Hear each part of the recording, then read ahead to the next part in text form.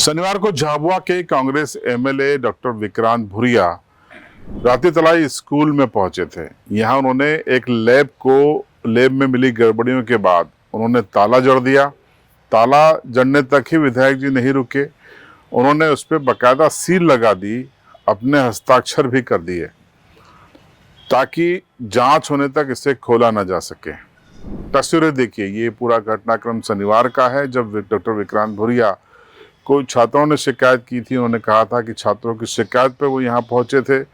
कई तरीके के उनके आरोप थे, गुणवत्ता के साथ खाना नहीं मिल रहा है, स्पोर्ट्स की जो सामग्री होनी चाहिए वो यहाँ पर नहीं है, नाम मात्र की फुटबॉल है, इसके अलावा जो प्रयोगशाला है वो भी ठीक नहीं है। इन तमाम आरोपों के बाद डॉक्टर विक्रांत भुरिया ने वहाँ पर ताला जड़ दिया था। तो इसके वीडियो जब इंस्टाग्राम, फेसबुक और सोशल मीडिया के अलग अलग प्लेटफॉर्म पे वायरल हुए, उसके बाद सियासत गर्म हुई। कांग्रेस के नेताओं ने कहा कि जनहित में, छात्रों के हित में विधायक जी ने ये काम किया है, ये निरीक्षण करना उनका हक है। लेकिन इस पर अब बीजेपी ने पलटवार कर दिया है। तो पहले तो तस्वीर देख लीजिए आप डॉक्टर विक्रांत भुरिया की, जब वो रातीतलाई के हाई सेकेंडरी स्कूल पहुंचे थे। प्राचार्य सिसोदिया भी उनके साथ में थे, कांग्रेस के कुछ नेता भी साथ में थे और निरीक्षण के दौरान अधिकारियों को भी फोन लगाते हुए डॉक्टर विक्रांत भुरिया दिखाई दिए थे और उसके बाद उन्होंने ताला जड़ लिया था। तो तस्वीरें आप पहले देख लीजिए इस पूरे मामले की। ठीक है, मैंने उनको बुलाया है, अभी 1 घंटे के अंदर मैंने बुलाया है। ठीक, बुक्स, हाँ बुक्स कब से नहीं मिली? आधों को मिली, आधों तरह के इंस्पेक्शन पर आ गए, है ना। तो ये 9वीं क्लास के बच्चों को अभी छात्रवृत्ति मिली है कि नहीं मिली है? हाँ,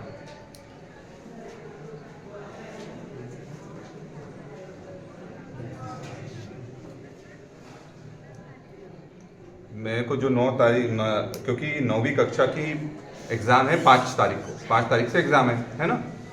पूरा सत्र खत्म होने वाला है इनका। अब पूरे सत्र खत्म होने के बाद भी इनका कहना है कि इनको छात्रवृत्ति नहीं मिली है बच्चों को।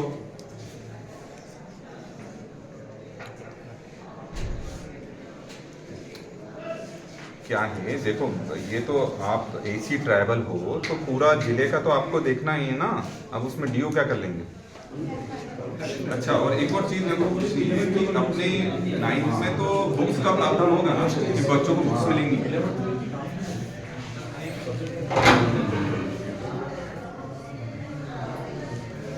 जैसे 9th वाले 9th, 10th, 11th, 12th के बच्चों को बुक्स का प्रावधान है या नहीं?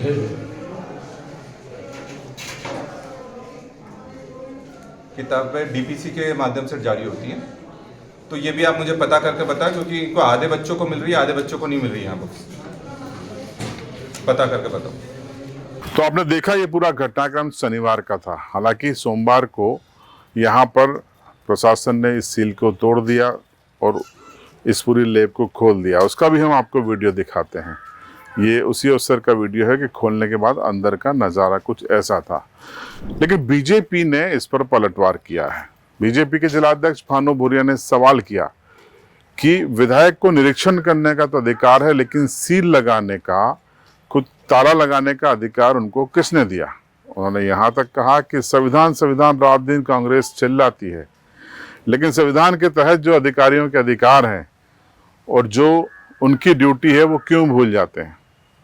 उन्होंने कार्रवाई की मांग की, अन्यथा आंदोलन की चेतावनी भी दी। सुनिए भानु भूरिया का बयान। देखिए, किसी जनप्रतिनिधि को किसी संस्था का निरीक्षण